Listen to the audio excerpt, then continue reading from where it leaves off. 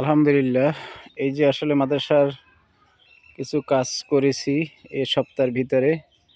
সব মালামাল বাকিতে এনেছি মেঘদাদের দোকান থেকে।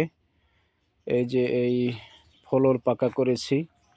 এখানে সামনে এটা ফুল গাছ লাগাবার জন্য স্পেসটা করেছি।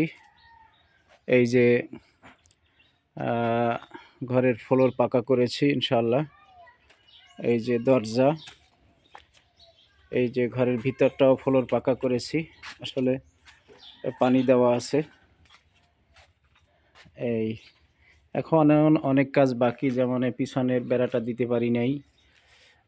তারপরে ফ্যান, বাতি, এখানে একটা রুম করতে চাই, সেখানে একটি খাট, চেয়ার, অনেক কিছুর দরকার। তো আলহামদুলিল্লাহ, খাস করে দোয়া করবেন।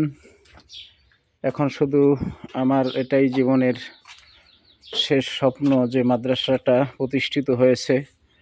আলহামদুলিল্লাহ, ছাত্র ভরপুর হয়েছে, লেখাপড়ার মান উন্নয়ন হয়েছে। জীবনে অনেক কিছু আশা বসা করেছি, অনেক কিছু পূরণ হয়েছে, অনেক কিছু হয় নাই। তো না হলেও কোনো আফসোস নাই, শুধু আল্লাহর কাছে শেষ আশা এটাই, আল্লাহ যেন মাদ্রাসাটা কবুল করে।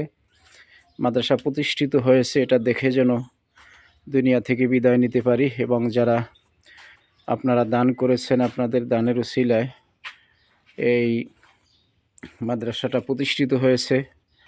আসলে আপনাদের মতো দানকারীদের উসিলাই মাদ্রাসাটা প্রতিষ্ঠিত হয়েছে।